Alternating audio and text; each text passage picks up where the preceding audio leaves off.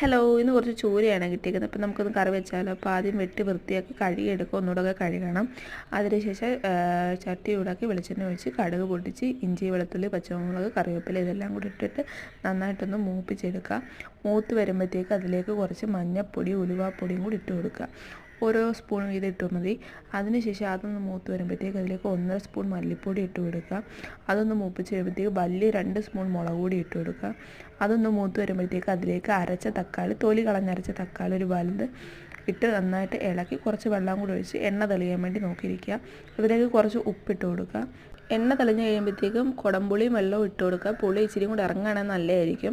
എന്നിട്ട് കുറച്ചുകൂടെ വെള്ളം ഒഴിച്ച് അടച്ച് വെച്ച് തിളപ്പിച്ച് മീൻ കഷ്ണങ്ങൾ ഇട്ട് കൊടുക്കുക. മീൻ കഷ്ണം ഇട്ടുകൊണ്ടിരിക്കുന്ന സമയത്തായിരുന്നു ഒരെണ്ണം ഇവിടെ കിടക്കുന്നത്. പിന്നെ അതിനെയും കൂടെ പെറുക്കി എടുത്ത് അതിൻ്റെ അകത്ത് ഇട്ടിട്ട് നന്നായിട്ട് തിളപ്പിക്കുക. ഇടയ്ക്ക് ഉപ്പും പുളിയൊക്കെ നോക്കി നന്നായിട്ട് കുറുക്കി എടുത്ത് കഴിഞ്ഞാൽ നമ്മുടെ മീൻ കറി റെഡിയാകും. എന്തായാലും ട്രൈ ചെയ്ത് നോക്കുക. സബ്സ്ക്രൈബ് ചെയ്യാൻ മറക്കരുത്. പറ്റാത്ത